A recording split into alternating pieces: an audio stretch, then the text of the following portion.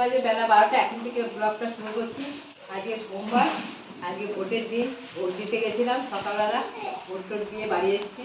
ভাত হয়ে গেছে, আগে বৌমা ভাত করে রেখে দিয়েছে। শাশুড়ি বৌমা দুজনে গিয়ে ভোট টোট দিয়ে এসেছি। এসে সব টিফিন টিফিন সব খাওয়া দাওয়া হয়ে গেছে। এবার রান্না বান্না হচ্ছে। আজকে বিশেষ কিছু রান্না করবো না, পুঁই শাক করবো আর টক ডাল করবো। তাহলে আপনারা ভিডিওটা দেখতে থাকুন। আমি এখানে সব কেটে গুছিয়ে নিই, তাহলে তারপর আবার আপনাদের সামনে আসছি। আর এখানে তো প্রচুর বৃষ্টি হচ্ছে, খুব গরম ছিল, একটু বৃষ্টি হয়েছে। আর ঝড়টা হচ্ছে না, বৃষ্টি হচ্ছে। যাই হোক, তো মোটামুটি একটু ঠান্ডা ঠান্ডা হয়েছে। তাহলে আপনারা ভিডিও দেখুন, পরে আবার সব কিছু দেখাচ্ছি আপনাদের। বসিয়ে দিয়েছি মুসুরির ডাল দিয়ে, আম দিয়ে আজকে টক ডাল হবে। আর এই যে এখানে সব কেটে রেখেছি, পুঁই শাক হবে মাছের মাথাটা দিয়ে, একটা মাথা আছে। আর এই তেল দিয়ে পুঁই শাক করবো। এখানে পটল কেটে রেখেছি, বেগুন, কুমড়ো, আলু, কাঁচা লঙ্কা সব কেটে আমি রেডি করে রেখে দিয়েছি, পুঁই শাক করবো। আর এখানে কটা পুঁই শাকের পাতা রেখেছি। পুঁই পাতার বড়া খেতে খুবই ভালো লাগে, বেছে বেছে কয়েকটা পাতা রেখে দিয়েছি। এটা পরে বড়া করে নেবো, যখন খাওয়া দাওয়া করবো তখন বড়া করবো। তাহলে আমি এখন এসবগুলো রান্নাবান্না করে নিই।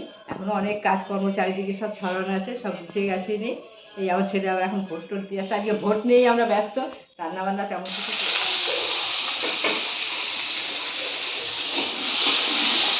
পুঁই এবার রান্না করছি। এইগুলো একটু ভেজে ভেজে সব নামিয়ে রাখবো। মাছের মাথা তেল ভেজে তারপরে পুঁই শাক দেবো। তাহলে আপনাদের দেখো,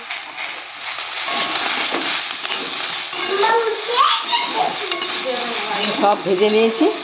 এবার পুঁই শাকটা সেদ্ধ করে রেখেছিলাম, পুঁই শাকটা আমি দিয়ে দেবো।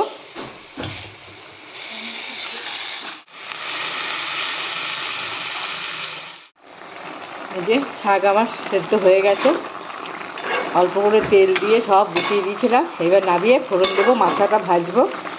তাহলে আমি শাকটা নামিয়ে রেখেছি, আমি তেল দিয়ে দিয়েছি। এখানে যে শাক নামিয়ে রেখেছি, এবার মাথাটা আছে, মাথাটা আমি ভেজে নেব।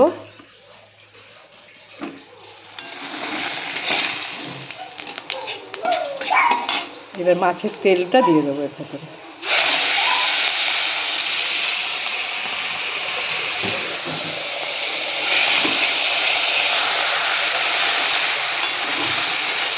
নুন হলুদ দিয়ে মাখিয়ে রেখেছিলাম। এবার অনেক তেল বেরোবে এর ভেতর দিয়ে। মাছের তেল, কত তেল বেরিয়ে গেছে।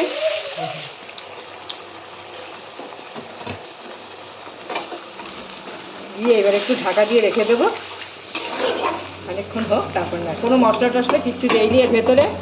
কাঁচা লঙ্কা দিয়ে এই মাছের তেল মাথা দিয়েই রান্না করবো। দেখি এবার কতটা হলো আমার রান্না, পুঁই শাকের ঘ্যাট। এই যে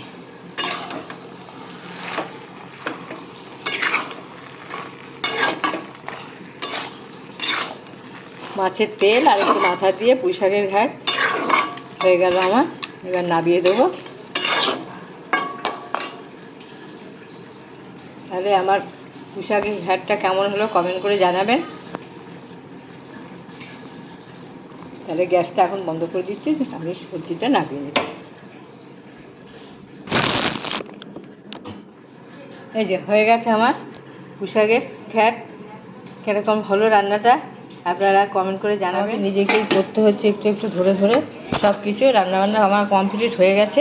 তাহলে এখন আমি এখনও সকাল থেকে কিছু খাইনি, একটু টিফিন করে নিই, তারপর আবার আপনাদের সাথে কথা বলছি। এখানে সব জিনিসপত্র সব রয়েছে, এখন কাজকর্ম সব পড়ে আছে। এখন গ্যাস ট্যাস সব পরিষ্কার করব, সবজি টবজি সব ওঠাবো, একটু টিফিন করে নিই, তারপর আবার আপনাদের সাথে। হিসাবটা এত ভালো হয়েছে, আপনাদের কি বলবো। মাছের তেল দিয়েছি, আবার অল্প মাথা ছিল, মাথা দিয়ে করেছি, খুবই ভালো। আমার ছেলে তো পুঁই শাক দিয়েই ভাত খেয়ে নিল, আর একটু টুকিটাকি বড়া টড়া দিয়ে খেয়েছে।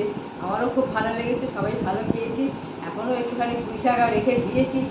তাহলে আপনারা ভিডিওটা দেখবেন, লাইক করবেন, আর এরকম করে করবে। এটা তো রুই মাছ না? রুই মাছ দিয়ে করেছে। রুই মাছের মাথা আর রুই মাছের তেল ছিল, ওটা দিয়ে আমি পুঁই শাকটা করেছি। খুবই ভালো হয়েছে খেতে।